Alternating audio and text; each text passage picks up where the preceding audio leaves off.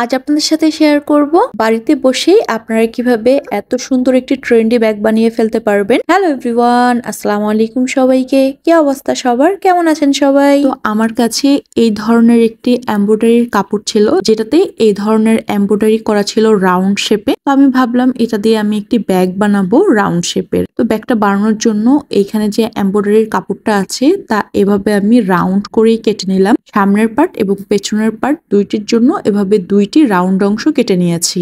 এইখানে যেহেতু আমি একটি কাপড়ের ব্যাগ বানাচ্ছি, ব্যাগটা কিছুটা পাতলা হবে। ব্যাগটাকে মোটা করার জন্য আমি এই ধরনের পেস্টিং ব্যবহার করি সব সময়। পেস্টিং হচ্ছে এই ধরনের কাগজের মতো হয়, একটি পাশ হচ্ছে গ্লসি হয় এবং আরেকটি পাশ হচ্ছে প্লেন হয়। গ্লসি পাশটাকে কাপড়ের উপর এভাবে বসাবো, পেস্টিংটার উপর আয়রন করব, তাহলে কাপড়ের সাথে এটা অ্যাডজাস্ট হয়ে যাবে। ব্যাগটির চারপাশে আমি পাইপিং লাগাবো, তার জন্য আমি এই কাপড়টি নিয়ে নিয়েছি। কাপড়টির মাঝ বরাবর ভাঁজ করে আমি সেলাই করে নিব। এখন একটি সুইয়ের সাহায্যে এই পাইপিং এর কাপড়টাকে আমি উল্টিয়ে নিব। অন্য আরেকটি কাপড় নিয়ে নিলাম, কাপড়টার মাঝ বরাবর এই পাইপিং এর কাপড়টাকে বসিয়ে আমি এভাবে ভাঁজ করে সেলাই করে নিব। এখন এই সেলাই করে নেওয়া অংশটাকে গোল যে রাউন্ড করা এমব্রয়ডারির কাপড়টাকে আমি কেটে রেখেছিলাম সেইটার সাইডে এভাবে বসিয়ে আমি সেলাই করে নিব। দুইটা কাপড়েই আমার পাইপিং বসানো হয়ে গিয়েছে। এখন একই মাপের লাইনিং এর জন্য আমি আরেকটি কাপড় নিয়ে নিয়েছি। দুইটা কাপড়েই এভাবে বসিয়ে চারপাশে সেলাই করে নিলাম। এখানে আরো দুইটা কাপড় নিয়ে নিলাম, এটার উপরে আমি চেইন বসাবো। লম্বায় আছে 15 ইঞ্চি এবং চওড়ায় আছে 2 ইঞ্চি। একই মাপের পেস্টিং কেটে নিয়েছি, কাপড়টার উপরে এভাবে বসিয়ে আয়রন করে দিব। একই মাপের আমি আরো দুইটা কাপড় কেটে নিয়েছি, এটা হচ্ছে লাইনিং এর কাপড়। এটার উপরে চেইন বসাবো, তার উপরে এই কাপড়টাকে এভাবে বসিয়ে এই সোজা বরাবর সেলাই করে দিব। এই বরাবর সেলাই করা হয়ে গেলে এই কাপড়টাকে হচ্ছে উল্টিয়ে নিব। উল্টিয়ে চেইনের এই কাপড়টার উপরে হচ্ছে একটি চাপ সেলাই দিয়ে নিব। ঠিক একইভাবে অপর পাশের কাপড়টাকেও এভাবে বসিয়ে আমি চেইনের অংশের কাপড়টা সেলাই করে নেব। আমার চেইনের অংশের কাপড়টি সেলাই করা হয়ে গিয়েছে। এখন আমি ব্যাগের জন্য বেল্ট বানাবো। লম্বায় আছে 22 ইঞ্চি এবং চওড়ায় আছে 3 ইঞ্চি। মাঝ বরাবর এইরকম চিকন একটি পেস্টিং কেটে আমি বসিয়ে নিয়েছি। আয়রন করে কাপড়ের সাথে পেস্টিং এর কাপড়টা জয়েন দিয়ে দিব।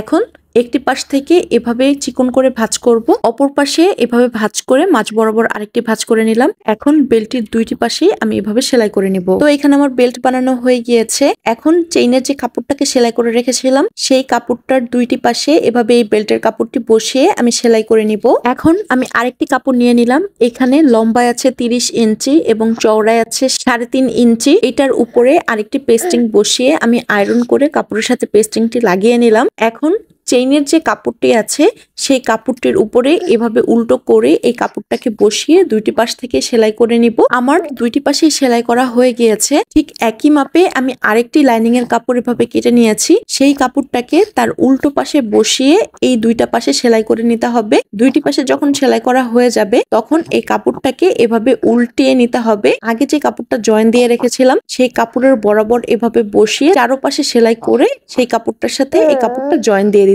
হবে। এখন এই যে এই দুইটা পাশের এই বরাবর একটি চাপ সেলাই দিয়ে দিব। তো দুইটি পাশে চাপ সেলাই দেওয়ার পর এই রাউন্ড যে অংশটা আছে সেই কাপড়টার উপর এইটা এভাবে চারপাশে ঘুরিয়ে বসিয়ে সেলাই করে নিব। তো এই কাপড়টা বসানোর সময় অবশ্যই চারপাশে এভাবে পিন লাগিয়ে নিব, তাহলে খুব সহজভাবে সেলাই করতে পারবো, কাপড়টাও নড়ে চড়ে যাবে না। তো আমি খুব ভালো মতো পিন লাগিয়ে নিয়েছি। এখন চারপাশে এভাবে আমি সেলাই করে নিলাম। তো আমার সেলাই করা পুরোপুরি কমপ্লিট হয়ে গিয়েছে। এখন ঠিক একইভাবে আরেকটি রাউন্ড অংশের উপর এই কাপড়টিকে বসিয়ে আমি একইভাবে পিন লাগিয়ে নিব, তারপর সেলাই করে নিব। আর যখন এই পার্টটা আমি সেলাই করব তখন ব্যাগের চেইনটাকে আমি খুলে দিব, যেন ব্যাগটা সেলাই করার পর চেইনের এই সাইডটা দিয়ে আমি ব্যাগটাকে উল্টিয়ে নিতে পারি। তো এইখানে ব্যাগটা পুরোপুরি সেলাই করা কমপ্লিট হয়ে গিয়েছে। এখন যে খোলা পাশগুলো আছে সেই পাশে আমি একটি কাপড়কে দুইটি পাশ থেকে ভাঁজ করে এভাবে মাঝ বরাবর খোলা অংশটাকে বসিয়ে আমি সেলাই করে নিব। এই পাশটা চাইলে আপনারা সেলাই করতেও পারেন বা চাইলে স্কিপও করতে পারেন। তো আমি সেলাই করে নিয়েছি।